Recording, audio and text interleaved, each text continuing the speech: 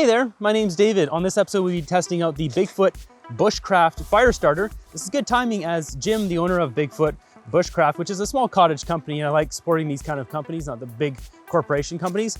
He reached out to me, he's like, hey, how would I send you my fire starter and test it out? And this is my old fire starter, so this is perfect timing. Now, how does a fire starter get this bad? Well, your kayak almost sinking in the Broken Group Islands. This is a lot of seawater that got to this and it kind of ate it away. So, perfect timing, Jim. Thank you for this. Now, normally I test out products after extensive use, but in this case, it's more important to test out how easy is it to start a fire with a fire starter. Now, these fire starters have excellent reviews from people and of the durability of it. These things got definitely got some heft to it. So I'm gonna go try this out for the first time. I'm gonna see how easy or hard it is to start a fire with this fire starter.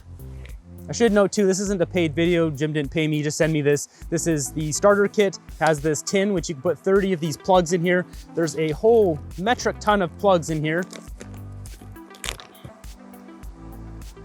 as well as the ferro rod and the striker, and a second striker with this orange cord. Now, before we go test it out, let me tell you why we're by the river. This fire starter, these plugs are waterproof. So not as only raining right now, but we're gonna go dunk these in the stream and then try to start a fire.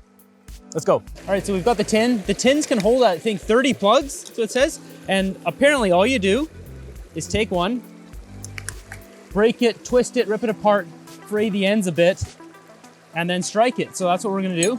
We're gonna dunk it first though in the water. Get a nice dunk in there. And bend it in half, twist, and pull.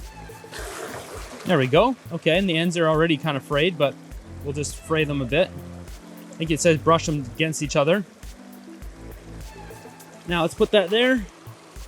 And this thing, it already kind of has set up because it's this way goes forward. The sharp edge here.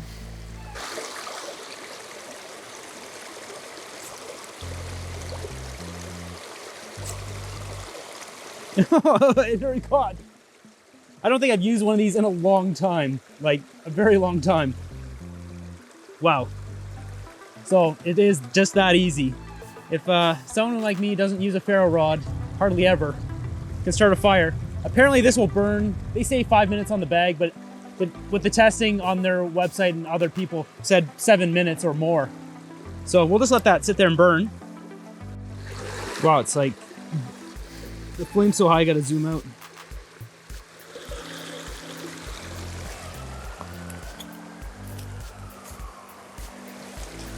So I've got a timer going. We're gonna see how long this thing burns for. But that's a good flame. You could easily just, you know, stick some stuff in there and start burning it. So I'm super impressed with how easy this started. When I was out in the Broken Group Islands and our kayak went down and the fire starter was soaked, and we needed to start a fire. We actually got permission from Parks Canada to start a fire out there because I was freezing cold. I was in the ocean at like sunset for about 30 minutes. So I was already starting to get hypothermic. And luckily someone there had a good, like, I think they had just a lighter or something. So we were able to start something and there was some dry wood there. But, you know, having a good fire starter is very important, especially in situations like that, not just for going out, you know, spending a weekend or a week or so in the bush, but in emergency situations. Jim provided me with a discount code, which gives 15% off of his products, and it's cheaper than it is on Amazon. So definitely recommend going over to his website if you want to pick up some. I'm very impressed with how easy this started the fire, and I'll be taking this with me on my road trip across the United States. And oh, it's still burning just about out. So just as other sources, as well as Jim himself have suggested, it took 7 minutes and 25 seconds for mine to fully burn out. For more gear videos and reviews, as well as my hiking adventure videos, be sure to subscribe. Until next one, have a great day. So I've been sitting here for the last kind of 5 minutes, just playing with this and testing this out.